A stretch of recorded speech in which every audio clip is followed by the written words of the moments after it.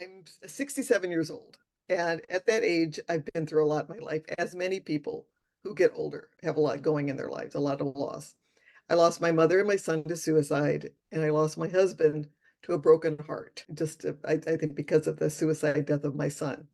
And each of those losses, you lose part of your identity whenever you have a loss. So I lost, my identity as a daughter when my mother died, my identity as a mother of a son when my son died, and my identity as a wife when my husband died. So from those experiences, I realized how death has such an impact on the survivors, on all of us. When my husband died, my grandchildren in particular were really affected negatively by his death. They missed their pop-up so much. And I started to think, well, I'm next up to the plate. Hopefully, I don't want to lose any more children, so I want to be next up to the plate. So I'm next up. What can I do to help my children and my grandchildren survive and thrive without me in their lives? And I started doing some research, and I ended up writing a book, Are You Ready? How to Build a Legacy to Die For, to do just that, to help us think about the legacy that we're building with every interaction we have, with every person that we meet, and to look at death and dying and not be afraid of it.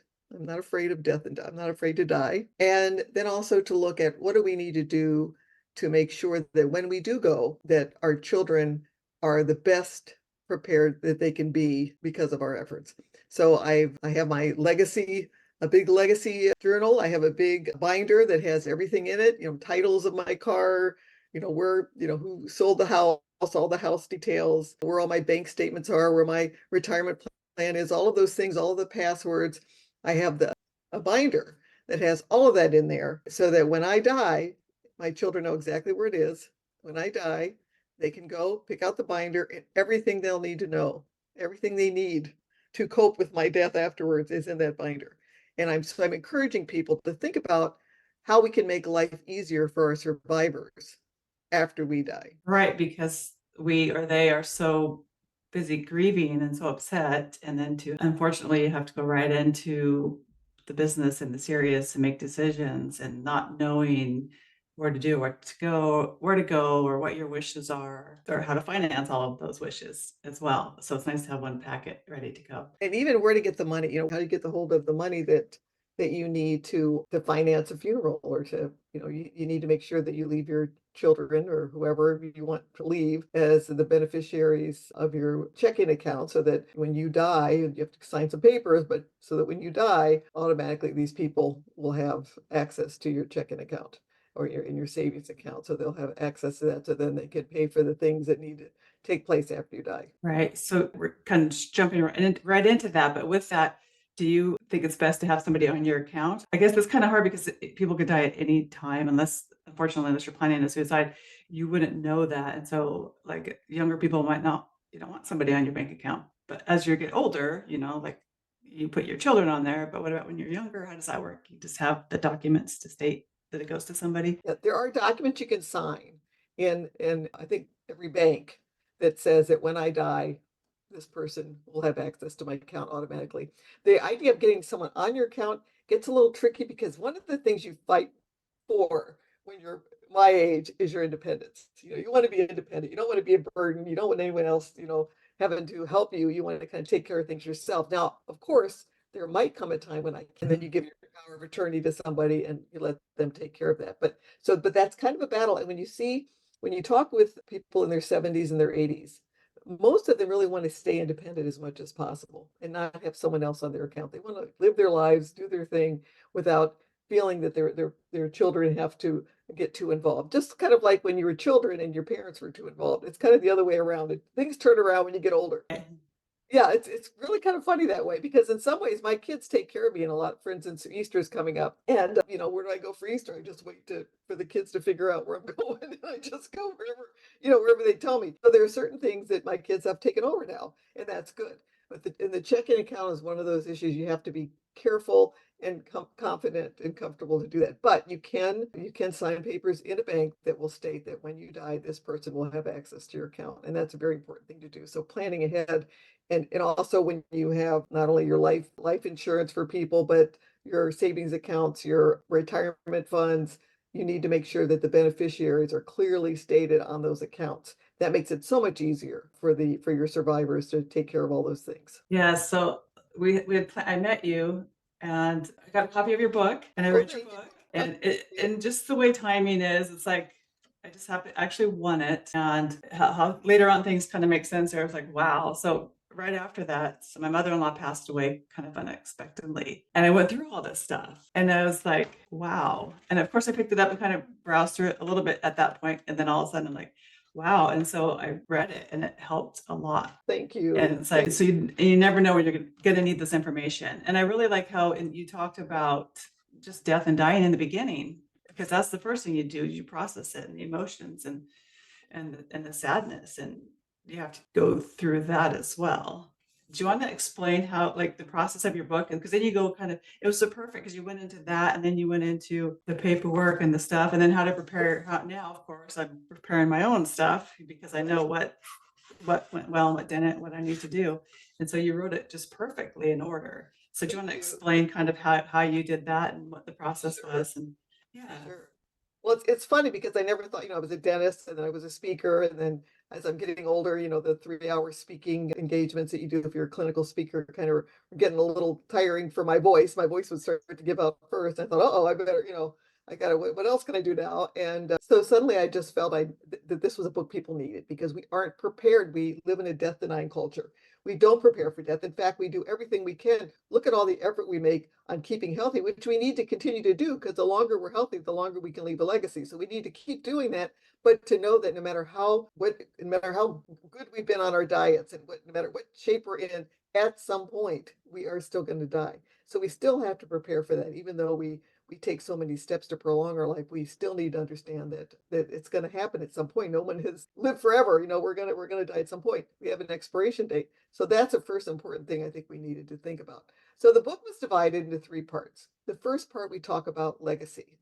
What legacy are you leaving? And I'm not really talking about money. I'm talking about the emotional legacies that we leave, the people that we love. And we leave a legacy to every person we meet, every contact we have. I happen to have 6 grandchildren, and I think they were the inspiration for the book. Again, when my husband died, they were so devastated, and I want to really leave a legacy for them. So I started thinking, well, what are the legacies that we leave? There are many of them. The best and most important one is leaving a legacy of love. We can all leave a legacy of love. And as I look, when you get to be 67, I've met a lot of very interesting people in my life. It's amazing when you look back on the people that you've met. So I was able to get stories. I'm a Holocaust survivor. I work in Rwanda. I do memorial libraries for my son. We have 65 libraries. We've sent over 350,000 books to Rwanda. So I spent a lot of time there, and they survived a horrible genocide. You look at the perspective of a Holocaust survivor and genocide survivor, and how in the world could they ever be joyful in their lives again? It's just hard to imagine. But I learned so much from them, people that have really struggled with difficult things. So the first third of the book is all about legacy. What kind of legacies can you leave? Trust, a legacy of faith, legacy of friendship, so many of them. And there are more legacies than even I've listed, but positive legacies, things that we can teach the next generation that will help them survive and thrive after we're gone. In the middle of the book, I talk about death and dying. And in the process of this book, I became a death doula because I figured I really needed to learn a little bit more about this process. And it was a fascinating education. And I now help people kind of prepare these legacy books for the time when they're gone. And looking at death is so fascinating because people have different ideas about what's going to happen.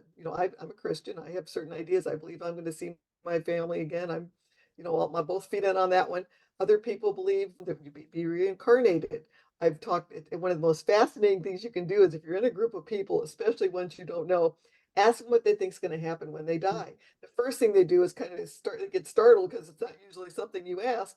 But if you're in a trusting relationship where people feel they're not going to be judged, it is unbelievable what people think is going to happen to them after they die. It really opens up a lot of discussion when you ask that question. But people have different beliefs on that.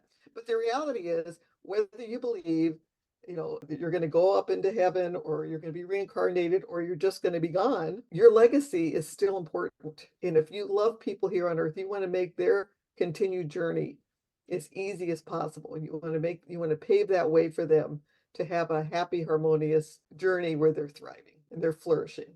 That's what we want. So no matter what you think about death, understand that it's going to happen, and we need to prepare the people behind us.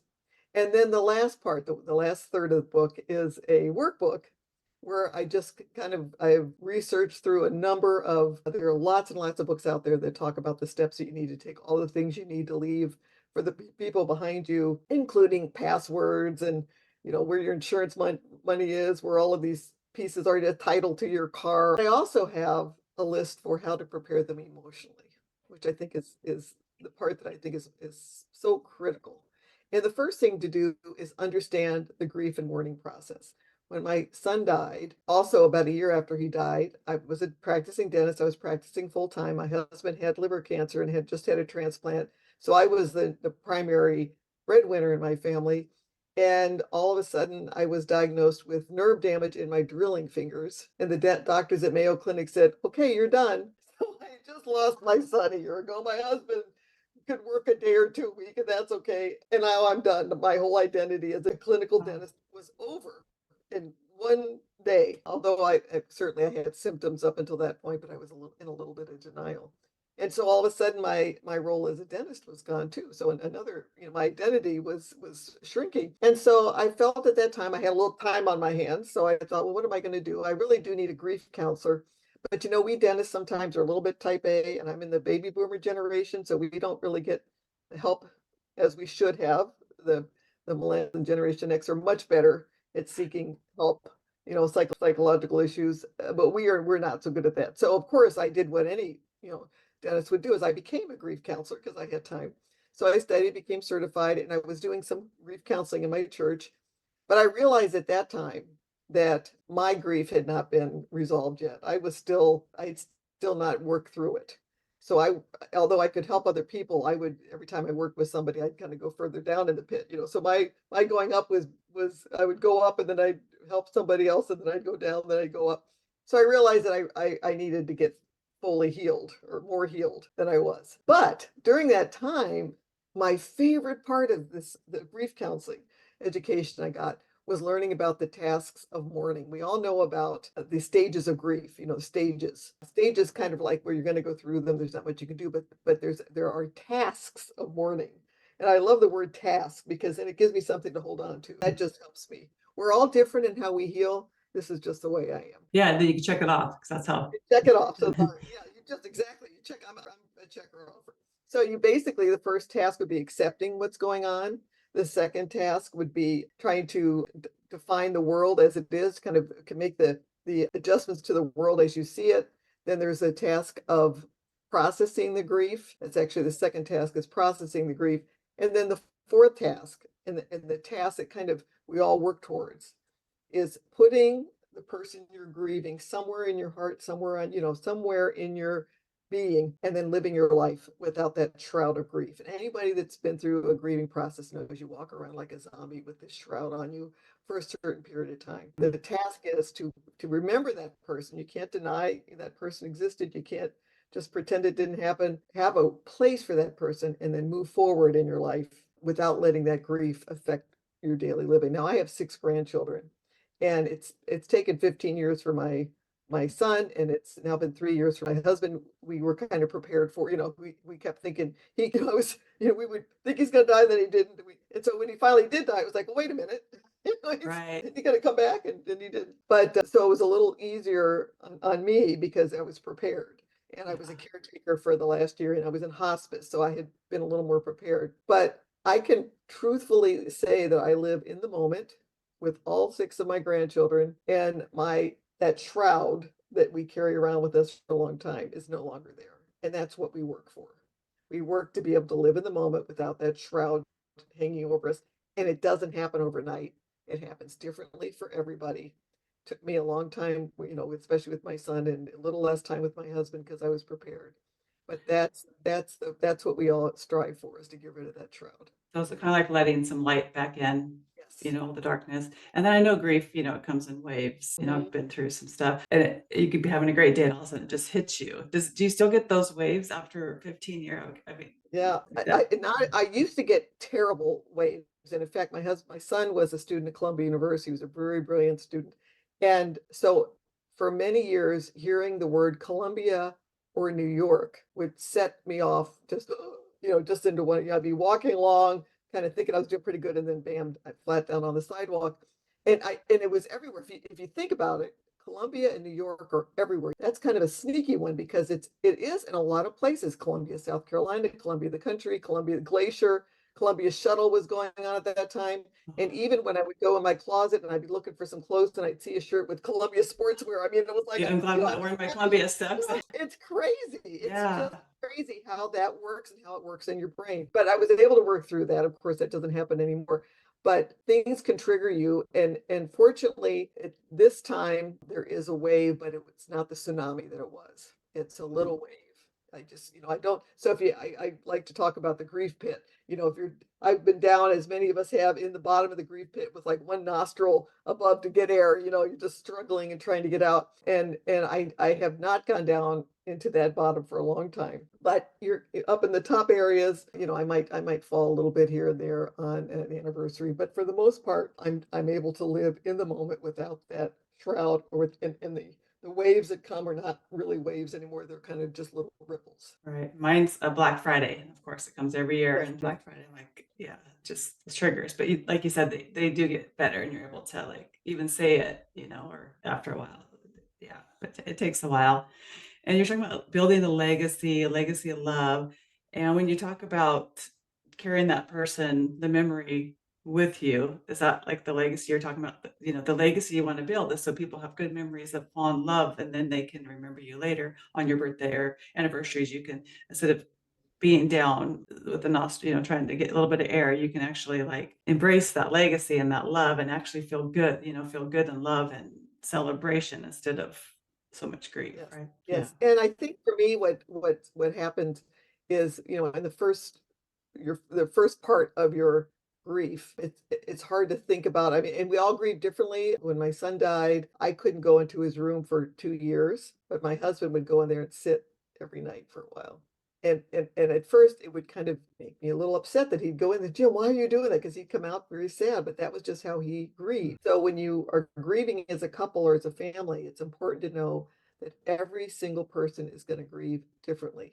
So my husband needed to grieve by being there, being in his room. Really seriously, it was 3 years, 2 or 3 years. I can't remember how long, but about that time before I even walked into his room, I didn't even stuff. It was just the same as it was before, which is kind of crazy. Most people might think that we let the room sit there like that for all that time. So we might No, do time kind of stops. I'm sure it didn't seem like 3 years to you. It was like yesterday yeah, or yeah. like yesterday. Yeah. So it's important for us to understand that everyone's going to grieve differently and that everyone has a different grief journey. So you can't expect, and I'm guilty of that myself before I went through all this, to think like, well, it's been 2 years. Little Mary should be over this by now. She should be. Well, you know what? Maybe some Marys would be over it, but some are not. And and there are people, and I think we all know some who can never work through the grief, can never get task number two done. They can never work through the grief, and that's why it's so critical to try hard. And I think sometimes we feel so overcome that we don't have the ability to do that. And I would really like to encourage everyone to just fight it. I learned that from one of my husband's cousins, who about 2 weeks after Eric died, we were back at work, we are back in our dental office. And I was in the zombie stage, kind of walking around, and I was walking outside of the office. My husband was with a cousin of his, and they were talking by the car outside. And the cousin came up to me with his finger wagging, and he's wagging his finger at me. Look, I'm a zombie grieving mother, right? Don't wag your finger at me. He was wagging his finger at me and said, "Don't you ever let your remaining children feel that they are not enough." And he just was shouting that. He was so emotional. And it caught me by surprise. And I thought, what? At first I thought, what are you saying to me? And then I thought, oh my goodness, he's right. And the reason he was right, and only he could say this, if someone else had said it, it wouldn't have come out the same way. But he was right because he had lost his brother at 19 years old. He'd been out drinking and he was passed out, and his friends thought they were doing him a favor, put him in the car, left him in front of the house. But this is Minnesota. It was like Mm. -5 degrees outside, and he froze to death in his car. And his parents could never get over that. So essentially, this young man lost his brother and his parents on the same day. And he was really telling me, do not let that happen to you. And it was one of the most important things to have happened to me for him to say that. Because when you are grieving, it's very hard to get out of that pit. And his words made me realize that I had a husband and two daughters that still needed me. And it really gave me motivation when I was down to fight, because you have to fight. You have to fight and scrape and kick your way out of that pit. You don't just come out easily. So it takes a lot of effort and a lot of work. And thank goodness I got the motivation to do that. But I know it's you cannot ever judge someone with how they react to grief. Yeah, and your pit, I mean, unfortunately, it's like the pittiest of the pit. So Yeah. yeah, to get out of that. Do you think a lot of trouble with getting over grief is like guilt? Like for why you feel guilty? Like I feel guilty if I don't feel pain every day, if I don't hurt every day, I feel guilty for not suffering or for not feeling that. Yes, absolutely. And it's important for you to remember no matter what. Now, I'm again a Christian, and part of our faith is the joy of the Lord is your strength. So being joyful is something that part of my faith tells me we need to really strive for to be joyful. So that helped me. However, for anybody, it's important to remember that whether you have that type of faith or not, how would your loved one want you to feel 6 months after, a year after? Would your loved one want you to be in a miserable pit? Or would your loved one want you to be out of that pit and happy and moving forward with your life? And if that loved one loved you, they would want you to be out of the pit and happy. And sometimes, and I'm going through this, I work with widows, and we have a couple of widows that have been widowed for a few years and now getting remarried. And there's a lot of guilt involved in that, not only because, oh my gosh, I was married to this wonderful man, but now I found another wonderful man. And is that, am I hurting the memory of my husband by being happy now with this other husband? And of course the answer is no, no. And that also goes with children. If you have children, I've got a friend that married two widows, a widow and a widow, and they just have remarried and they have children. And it's hard for the children because they're still grieving their parent.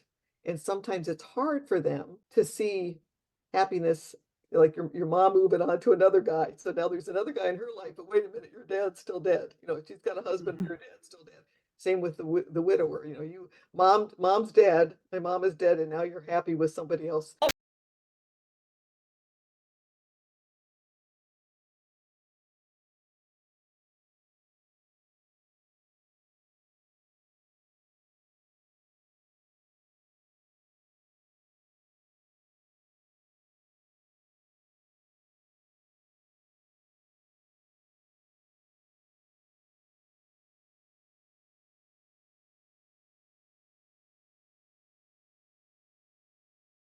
He'd be mad at me. Of course, I grieved for a while, but then I'm like, he'd be He'd mad be if I mad. just He'd be mad. just gave up on life and just grieved the whole time. So that helps too, just knowing that they don't want you to be sad. They I'm don't. sure your son the same way. They don't want you to be. They don't No. do things. This doesn't happen because for you to be sad. Yeah. So people that love you, that's the last thing they want. And Absolutely. so you're doing them a disservice in their memory and their legacy by being sad, which it's hard not to do, but give I yourself grace and time at the same time. Absolutely. Yeah. I had an experience now because what I'm trying to do, and through this book and through my life, I want to make sure that my grandchildren, when I die, don't suffer as much as they did when their pop died, even though I'll have more time with them. And so I've been working on that. And I've been talking about, sometime at some point, Anna's going to die too, but I just want you to know how much I love you. And I'm so grateful for any minute that we have together. But you wonder how that's going to affect them.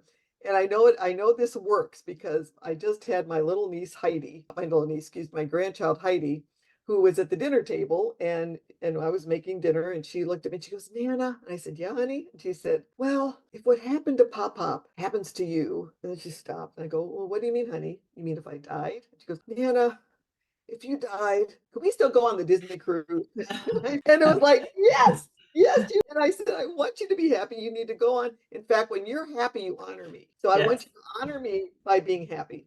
And I'm trying to have that language with them, that you honor me by being happy, because I want to help them avoid that grief. And even as a husband, my husband was quite the extrovert, and he needed people in his life. I'm much more of an introvert. He was quite the extrovert, and I knew that if I died, he would have to have somebody to help him because he would get so lonely by himself. And so we kind of had a joke in the family. And I said, with the girls, everybody present, and I'd say, now, honey, if I were to die first, then at least don't look for another wife until after the funeral. After the funeral, it's fair game, but don't look for another wife until after the funeral. We all laughed, but I did that intentionally in front of the other family members. Oh, to say, if I died, your dad is going to need to find another wife because he just can't live on his That way own. they know he had your blessing, so They had my they would feel blessing. better. Yeah. Yes, and It's you my can even put biggest that fear. in your paperwork, right? In Yes, your book, yes. if you felt like you needed to, if you needed to let your kids know that it's okay. Right.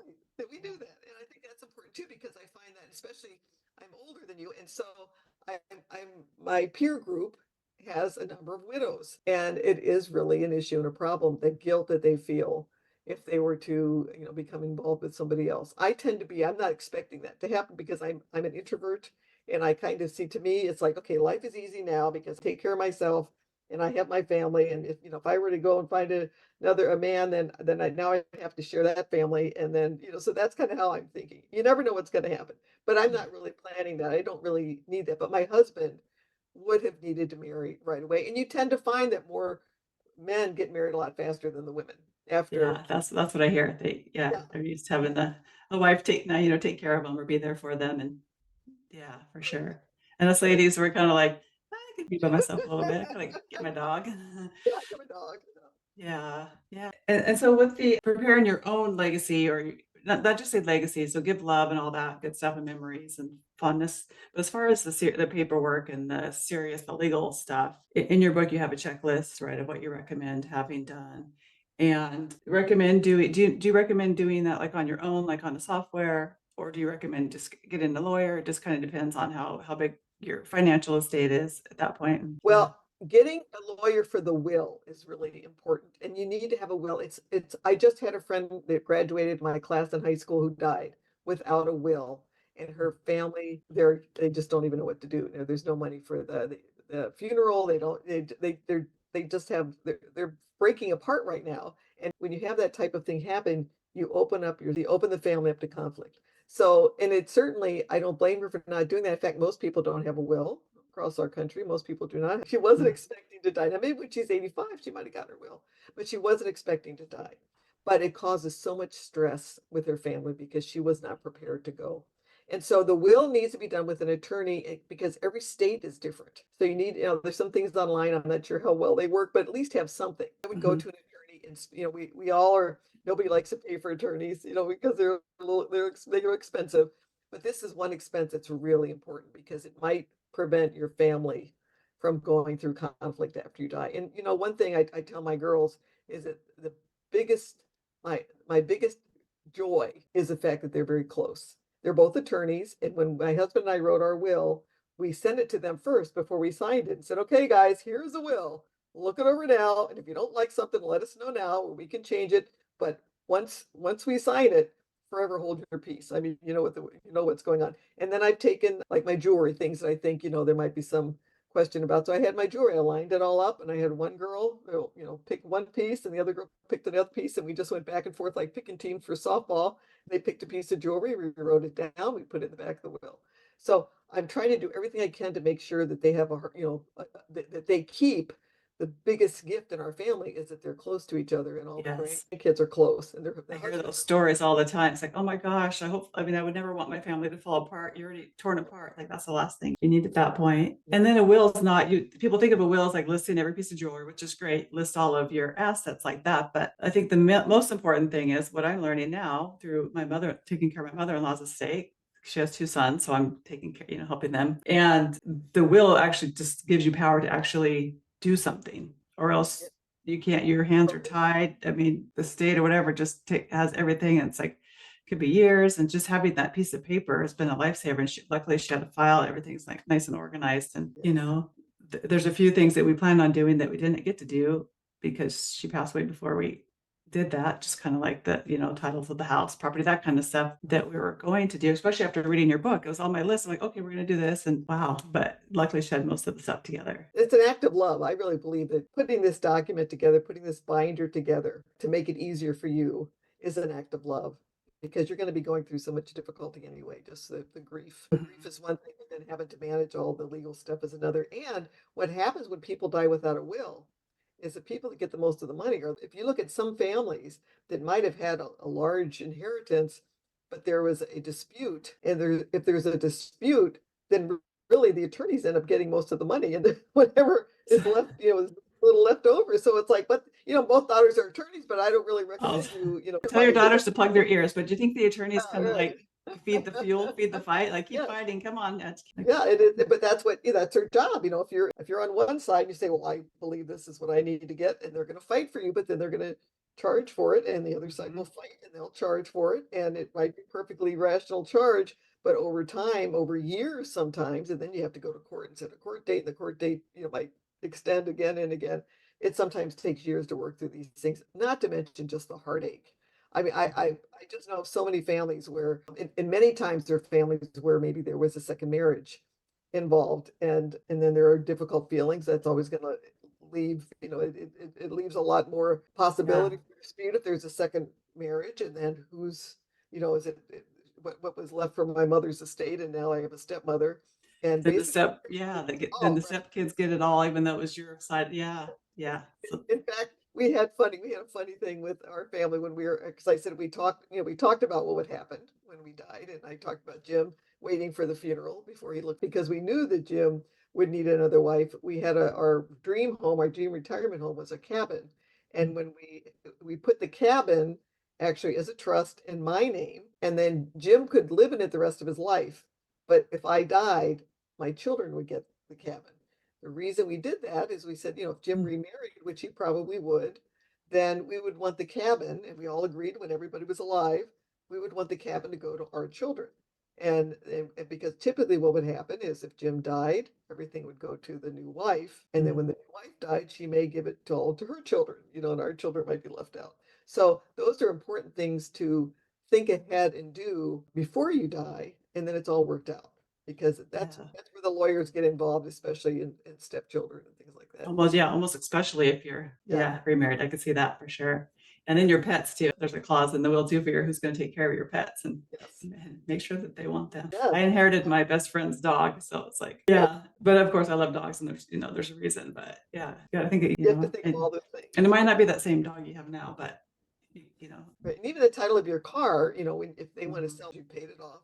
So I have that's all in my binder. The title's in my binder, my social security cards are in my binder, my birth certificates are in my binder, the wedding certificates are in my binder, Jim's death certificate is in my dream is when I go that they take the book and they don't ever have to look further. They know Yeah, all the information. and passwords, just having the passwords. She had a book too with all the passwords. It helps so much. You can actually go into the accounts and close them out or let them know, or, it's so much easier than having to wait months and then you're still billed all this, utilities, Yeah. everything. Somebody's life is still in full motion when they Yes. die and Yes. they're still being charged. So you need to be Yeah. able to get to that information and stop that information. And all you want to do is lay down and cry. But that's kind of why I'm doing it for the boys because it's their mom. For me, it's not as hard. I mean, it's Yes. hard, but yeah, somebody needs to go in there and take care of the stuff or they're just gonna get, Right. And you can't yeah, procrastinate. You just can't procrastinate because it just mhm, things just pile up if you do. You have to get rid of the credit cards, get to cut them off, yeah. and so on. One thing that's really interesting, I think our society is starting to kind of catch on a little bit about this, is that there's an app on phones now called a Legacy app where Mm. you can put the name of the person that can have access to your phone and your password when you die. Kind of like Facebook, how they have a Yes. legacy. Okay. So I think that's really important to make sure you have somebody in line for that so they can get to your phone and have access to your phone. Now, I've just given my girls my passwords. They all know my password because my children figured out my password a long time ago. So, it's no secret anymore. But I just, when I go, they have my password and they get into Yeah. our, Yes. Yeah, that's super important. So okay, we could go on about this forever. There's so much information that's so important. Cleaning things out too, because I think I read in there, was it you that's a hoarder or your husband or yes, I we're know a lot of closet people that hoarders. hoard stuff Yes, and yes, like we're my part, mom's always trying to give me stuff. Sorry, mom, I love your stuff. and you don't want it, do you? You No, don't want but it. it's so great. I'm What? like, it's so great. Why are you, if that brand new It's shoes you never China. wore so great? Why don't you wear them? Like, I know. Yeah. And I'm the Or same way. I'm like, I China. should see if somebody wants this. And I'm thinking that nobody wants that. But I know. yes. Okay, but that is hard. Okay, as a baby boomer, that is so hard because we saved up our china and beautiful china that we're going to pass on as an heirloom down to the generations. This is our dream, right? Well, it's a dream that's gone bust for most of us, and we have to realize that. So our challenge as baby boomers is to understand that anything that we have left when we die, somebody has to clean up, right? So I really recommend getting rid of as much stuff as you can before you go. And I face that challenge. I call myself a closet hoarder, and that my, everything looks fine in my rooms. The rooms are really good, but if you try to open a closet, watch out, something's going to fall out on you because I Mhm. throw everything in the closet. So I'm working and I'm cleaning them out. I'm taking care of my closets. But most importantly, we had a second home. We had a cabin. The cabin I talked to you about before. That was the jewel in our family. That was our most important possession, was this beautiful lake cabin that we had built for our retirement. And if Jim stayed alive, we would be living in that cabin. It's a beautiful cabin. But when I'm living alone, it's 4 hours away from one grandchild, one set of grandchildren and my daughter. And then now it's 13 hours away from the other. And it's just too far because Mhm. I go back and forth to my grandkids because I just love to keep up with them. So it's too far from the grandkids, and I wasn't living there. And I rented it out, did some short-term rentals, and that was fine, but it was still very expensive. It's an expensive piece of property. There was a lot of lake property there. And what I was doing is I was actually working longer. And the reason I was working was to keep the cabin, because even though it's paid off, even though I rent it out, the cost to rent it out pretty much wipe out the Mhm. cost that it takes to maintain it, because I have to have cleaning, we have to do laundry, we have to, all these things to keep it going. So I mentioned to the girls, because my dream, just like your mom's, was that the kids will, and this will be the family cabin, because we built it up from the ground up. This is our family cabin, and my grandchildren will be in this cabin, and we'll have so much fun in this cabin. Well, my daughters married husbands whose families also had cabins. They were much closer than our cabin. So all of our grandchildren had the cabin experience. Right. And so I said to the kids, okay, guys, anybody who wants the cabin, I'll just give it to you and you can just take it over. And they're like, we can't afford to keep that cabin. It's too expensive. Mom. We can't afford to pay the taxes, and the insurance is really high on it. We can't afford it, Mom. And it really it kind of took the wind out of me for a little bit, because that was our dream. Our dream was to be in this cabin. And it was our dream for many years. And I had to come to terms with, okay, this is not going to be a cabin that's inherited from my generation down. So what am I going to do about it? Am I going to continue to maintain a cabin that the kids don't want, or am I going to just sell the cabin and live off the proceeds? Right? I did. Mhm. I sold the cabin, and however, there was a lot of storage area in that cabin. We had a lot of things in there, and my son-in-law and my daughter had told Jim and I that we were not allowed to die until we cleaned out that shed, because there was a lot of stuff in that shed. And of course, Jim didn't listen to him and died anyway. So it was up to me. And so I did.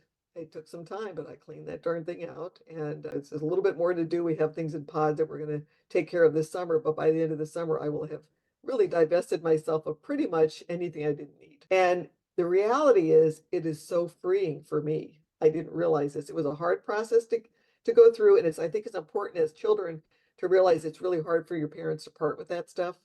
I still had all the little papers that my children had drawn when they were 3, and I had boxes of pictures, when pictures were paper, not on my computer.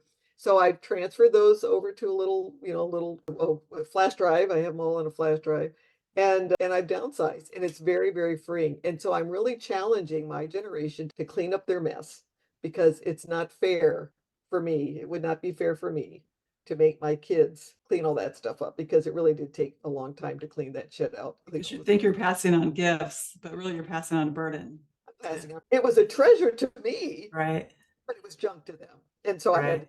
I had to get over that, especially the China and stuff. Although I What knew, is it with baby boomers in China? There seems to be a lot of China. oh my A lot of, goodness, yes. Well, we see that yeah. for generations, if you had China, that was a symbol of affluence, right? So you got a China pattern that was beautiful. That was a symbol of affluence, and you'd have beautiful dinner parties and so on. And I would have that for all my kids' birthdays. We'd have a formal setup in our dining room for birthdays and have big dinners. And it's something that my kids feel is just a big burden, and there's no place to put it. So I have to learn to adapt to the fact that they don't want it. Now they get And out paper plates and stuff. That's their big dinners. yes, it's just stuff, and to get Mhm. rid of it. And I am learning that lesson. It is hard. Getting this folder put together was a big monkey off my back, because I thought, oh my gosh, if I were to die, my kids would have to, do all this to try to fit Yeah, to and you just feel better. Like just even me, oh, just having a wheel and stuff, going on vacation when my kids were little, I was like, yeah, I just felt better, even though like still be safe, but just you right. don't want to leave when yeah, something happens to you. You just want to make sure everything's taken care of. Yeah. Yes, Yeah. exactly. We would call our kids on the plane. Okay, and I just want you to know this is where the will is. I know who you're trying to have fun. Mom, I you know. know. Yeah, Yeah. Well, so can people buy your book or is it? yes, the book is Are You Ready? How to Build a Legacy to Die For. And it's available on Amazon and Barnes and Noble. It was a #1 bestseller on both. So you can get it on Barnes and Noble or Amazon. Yeah, so there, and at first, I must say, when they came up and they were talking about death, I forget what the title was, and I was kind of like, you could tell everybody in the room was just kind of like, because like you said, nobody wants to talk about it. So I was like, oh no, like I don't. If I hear it, it could happen. It could make No, it no, makes right. it real. It's like a reality. And then I was listening to you, and it's like, whoa, your story. And then I was like, whoa, she's right. She's right. And something that you don't necessarily want to hear, but you need to. We have to face our fears. That's part of life. You have to face your fears, and death is real and it's going to happen. And so we Mhm. have to face it.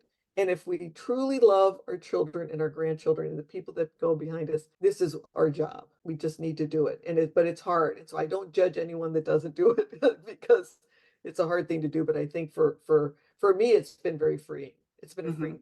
Yeah, I think it will be for everybody. Well, thank you for coming on today and sharing your story and information. And I hope people get some information out of this and it can, yeah, help them as well. Thank you so much. I appreciate it.